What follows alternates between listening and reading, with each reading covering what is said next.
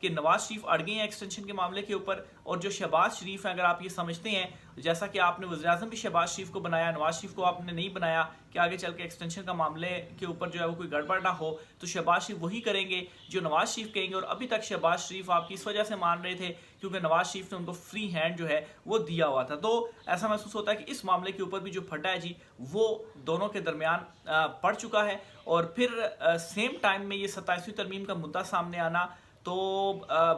بڑی ایک جو کھچڑی ہے جی وہ اس وقت پڑ چکی ہے. اور اس میں آپ کو دو سٹیٹمنٹس بھی آپ کے سامنے رکھ دیتا ہوں. ایک تو فیصل واوڈا اور ایک سہیل وڑائچ صاحب نے آج ایک اور نیا کالم جو ہے وہ لکھا ہے، اور اس کالم میں وہ ایک طرح سے حکومت کو یہ کہتے ہیں جی کہ مسنگ ہیں کچھ چیزیں جو آپ نے کرنی ہیں، اور فیصل واوڈا تو ڈائریکٹ جو دھمکیاں جی وہ دے رہے ہیں.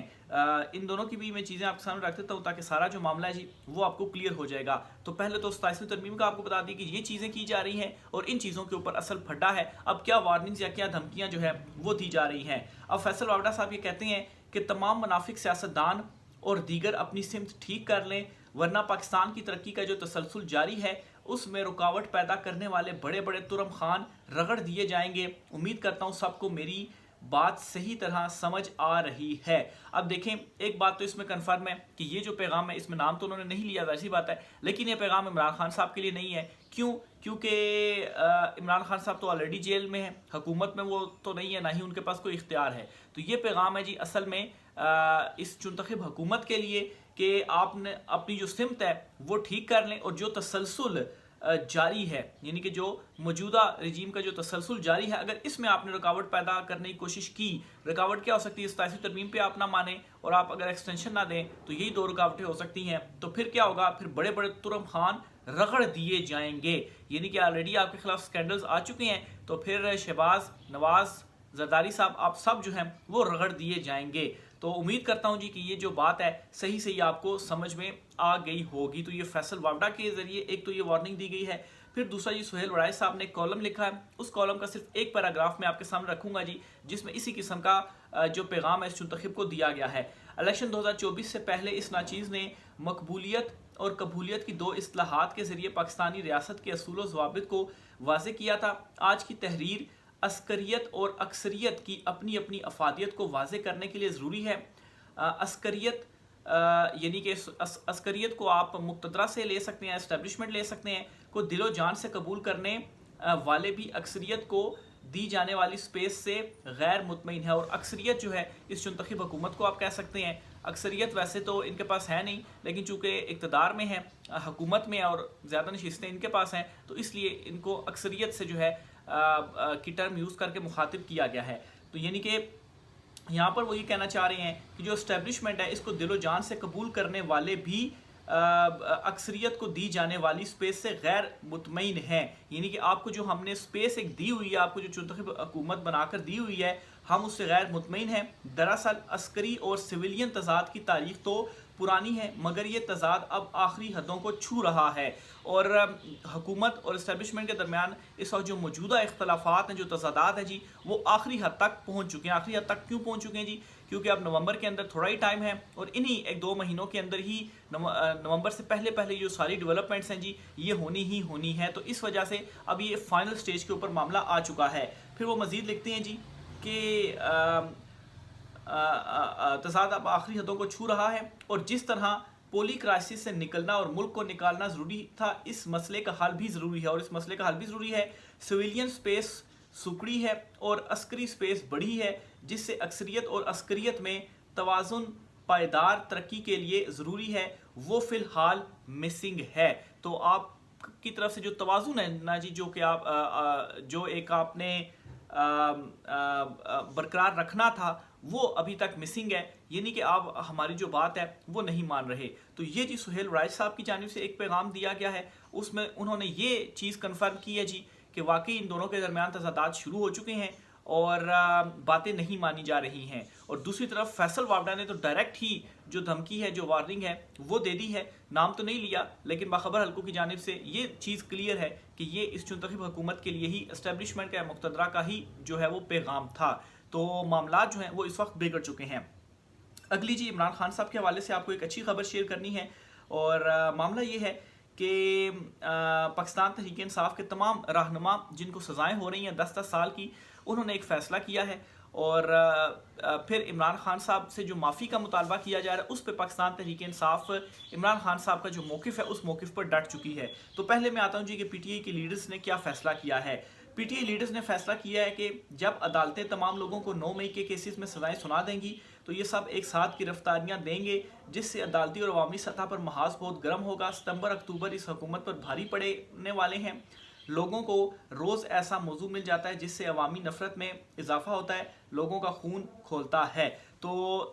پاکستان تحریک انصاف کے رہنماؤں کو جن کو یہ سزائیں ہو رہی ہیں، سارے تو ابھی اریسٹ نہیں ہو رہے، کچھ اگر ہوئے ہوں گے لیکن زیادہ تر روپوش ہیں، تو فیصلہ یہ کیا گیا ہے کہ تمام کے تمام جو ہیں وہ اکٹھے گرفتاریاں دیں گے۔ جب سب کو جو سزائیں ہیں وہ مل جائیں گی، اس سے ایک عوامی جو پریشر ہے وہ بڑھے گا، اور ستمبر اکتوبر گرم اس لیے ہونے جا رہا ہے کیونکہ نومبر سے پہلے ستمبر اور اکتوبر آتا ہے، اور جب بھی نومبر آتا ہے 3 سال کے بعد حالات جو ہے وہ اسی طریقے سے گرم ہوتے ہیں۔ اور اس مرتبہ تو 2 موضوع آ گئے ہیں، ایک ایکسٹینشن والا موضوع آ گیا ہے اور ایک جو ہے وہ 27ویں ترمیم والا جو موضوع ہے وہ آ گیا ہے۔ اور اس میں دوسری خبر یہ ہے کہ عمران خان صاحب کو جو معافی کا پیغام بھیجا جا رہا ہے، سہیل رائج صاحب نے بھی کالم لکھا اور لٹرلی منت اللہ کیا جا رہا ہے کہ عمران خان صاحب نکی جی معافی مانگ لیں آپ، بس یہی تو آپ نے کرنا ہے۔ عمران خان صاحب نے اس کے اوپر پہلے سے جواب دے دیا تھا کہ معافی میں کس چیز کی مانگوں، آپ ایسا کریں جوڈیشل کمیشن بنائیں، انکوائری کریں، اور اس کے بعد جو سی سی ٹی وی فوٹیج ہے 9 مئی کی وہ سامنے لے کر آئیں، اس میں دیکھیں جی کون ذمہ دار ہیں، ان کو بے شک آپ سزائیں دے دیں، میں نے کچھ کیا نہیں ہے تو میں کس چیز کی جو معافی ہے وہ مانگوں۔ اور دوسرے نمبر پر پاکستان تحریک انصاف بھی خان صاحب کے اس موقف کے ساتھ ڈٹ گئی ہے۔ شیخ وقاص اکرم ہے جی، انہوں نے ایک امپورٹنٹ جو سٹیٹمنٹ ہے وہ دی ہے، اور اس سٹیٹمنٹ میں انہوں نے بھی یہی مطالبہ کیا، اور انہوں نے کہا ہے کہ معافی کے معاملے کے اوپر عمران خان صاحب جو ہے وہ کلیئر بات کر چکے ہیں کہ حکومت جو ہے وہ ایک جوڈیشل کمیشن بنائے اور جو سی سی ٹی وی فوٹیج ہے وہ سامنے لے کر آئے۔ تو پاکستان تحریک انصاف بھی عمران خان صاحب کے اس موقف کے ساتھ اس وقت ڈٹ چکی ہے، کیونکہ پاکستان تحریک انصاف کی جو لیڈرشپ ہے جی، جو کہ اب تو واضح ہو رہا ہے جی کہ وہ کمپرومائزڈ ہی ہے، اس طرح سے وہ آواز نہیں اٹھا رہے عمران خان کے لیے، لیکن عمران خان کے اکیلے کی جیل میں رہ کر جو جدوجہد ہے وہ ان کی اس جدوجہد نے مطلب پاکستان تحریک انصاف کا جو سب کا اس کردار ہے، اس کردار کو اوور کم کر لیا یا اس کو چھپا لیا ہے کہ اس سے کچھ اب فرق نہیں پڑتا۔ ہاں اگر یہاں سے بھی بڑی جو آوازیں ہیں وہ اٹھتی تو اس میں یقینی طور پر عمران خان صاحب کی رہائی کے حوالے سے جو ہے وہ ایک جو مدد ہے وہ ہو سکتی تھی، لیکن پاکستان تحریک انصاف کی جو باہر کی قیادت رہی ہے جی، وہ بظاہر کمپرومائز، یا خاص طور پہ علی امین گنڈاپور صاحب کو دیکھ لیں ان کا کیا کردار ہے۔ بہرحال جی عمران خان صاحب کی جو جدوجہد تھی وہ اس نے ان ساری چیزوں کو چھپا بھی لیا ہے اور اوور کم بھی کر لیا ہے، اور عمران خان کی اکیلے کی جیل کے اندر جو جدوجہد ہے اسی کے نتیجے میں یہ ساری جو ایک ڈیولپمنٹس یا مشکلات جو ہیں اس چون تخیب کے لیے بھی، مقتدرہ کے لیے بھی وہ بڑھ گئی ہیں، اور اس کی ایک ریزن یہ بھی ہے کہ یہ خود ہی اتنے زیادہ نااہل ہیں کہ ان سے چیزیں سنبھل جو ہے وہ نہیں رہی ہیں، اور اس وقت ان کی ضرورت ہے کہ عمران خان اگر معافی مانگ لیتا ہے تو اس کو ہم عوام میں لے جا کر تو اپنے حق میں یوز جو ہے وہ کریں گے، لیکن عمران خان جو ہے وہ مہینہ پہلے ہی اس بات کا جو جواب ہے وہ دے چکا ہے۔ 6 اگست کے بعد عمران خان صاحب سے ان کی فیملی سے جو ملاقات ہے وہ نہیں کروائی گئی، یعنی کہ آج 18 اگست ہے، آج کا یہ جو ویلاگ ہے وہ 18 اگست کا ویلاگ ہے، اور منڈے کی صبح کا یہ ویلاگ ہے۔ 6 اگست کے بعد آج 18 اگست ہوگی، ملاقات نہیں کروائی گئی، تو کل 19 اگست یعنی کہ منگل کا دن ہے اور کل ملاقات کا دن ہے، تو دیکھیں خان صاحب سے ملاقات کروائی جاتی ہے یا نہیں کروائی جاتی، لیکن ملاقات نہیں ہونے دی جا رہی۔ بہرحال عمران خان صاحب کا پیغام یہ پہلے سے ہی کلیئر جو ہے وہ ہو چکا ہے۔ تو بہرحال جی پاکستان تحریک انصاف اس معاملے کے اوپر ڈٹ چکی ہے۔ یہ جو 2-3 مہینے ہیں یہ بہت ہی امپورٹنٹ ہے، اور ان 2-3 مہینوں کے اندر آپ دیکھیں گے، مجھے تو ایسا محسوس ہوتا ہے جی کہ بازی جو ہے وہ پلٹنے جا رہی ہے، اور یہ جو چنتخب اور مقتدرہ ہیں جی ان کے درمیان اب یہ گڑبڑ شروع ہو چکی ہے، جس کی تصدیق خود فیصل وابڈا اور سہیل رائج جو ہیں وہ کر رہے ہیں۔ اب دیکھیں کہ نواز شریف اس معاملے کے اوپر کیا کرتے ہیں، یاسر زرداری جو ہیں وہ اس معاملے کے اوپر کیا کرتے ہیں۔ ان کی طرف سے بھی جو پیغامات عمران خان صاحب کو پہنچائے جا رہے ہیں، ملنے کی بھی ناکام کوششیں ان کی جانب سے کی جا رہی ہیں، کیونکہ اختیار تو ان کے پاس ہے نہیں تو وہ کیسے ملیں گے۔ تو ان کی طرف سے یہ پیغام ہے جی کہ آپ اگر ہمیں کوئی ڈیل دے دیتے ہیں تو ٹھیک ہے، اس معاملے کے اوپر پھر ہم مل کر جو ہے وہ آگے چل سکتے ہیں، لیکن آپ یہ پرومس کر لیں کہ آپ ہمیں کچھ نہ کہیں گے، کیونکہ ان کو بھی ڈر ہے کہ اگر فرض کریں ہم نے ان کے ساتھ پنگا لے لیا تو پھر اس کے بعد عمران خان باہر نکل آتا ہے تو پھر وہ ہمیں نہیں چھوڑے گا، اور اگر ہم ان کا ساتھ دیتے ہیں تو پھر ہم کسی جگہ بھی نہیں رہیں گے، اور عمران خان جیل میں کب تک اس کو جو ہے وہ رکھ پائیں گے؟ چیزیں تو پلٹنا ہی پلٹنا ہے، تو ہمارے پاس اگر کوئی چانس ہے بھی آگے چل کر پولیٹیکل سپیس کا یا عوام کے اندر سپیس کا، تو وہ چانس بھی ختم ہو جائے گا۔ تو یہ آج کچھ عام ترین تفصیلات تھیں، رائے کا اظہار کمنٹ باکس میں ضرور کیجیے گا۔ آج کے بلاگ سے اتنا ہی، اجازت دیجیے، اللہ حافظ۔